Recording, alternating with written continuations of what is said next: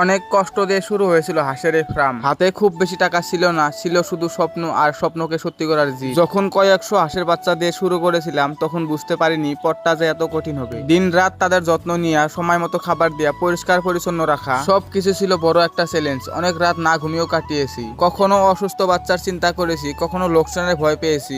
এমনও দিন গিয়েছে যখন মনে হয়েছে আর পারবো না, তখন নিজেকে একটা কথা বলেছি, আজকে কষ্ট করছি যাতে আগামীকাল ভালো থাকতে পারি। মানুষ শুধু সফলতাটা দেখে, কিন্তু সফলতার পিছনের ত্যাগ আর পরিশ্রমটা দেখে না। তারা শুধু দেখে হাজার হাজার হাঁসের বাচ্চা, কিন্তু দেখে না সেই রাতগুলো যেগুলো আমি চিন্তায় কাটিয়েছি। আজ যখন ফার্মের দিকে তাকায় তখন মনে হয় প্রতিটা কষ্ট সফলতার কারণ ছিল। কারণ এই ফার্ম এটা ব্যবসা নয়, এটা আমার স্বপ্ন, আমার পরিশ্রম আর আমার ধৈর্যের ফল।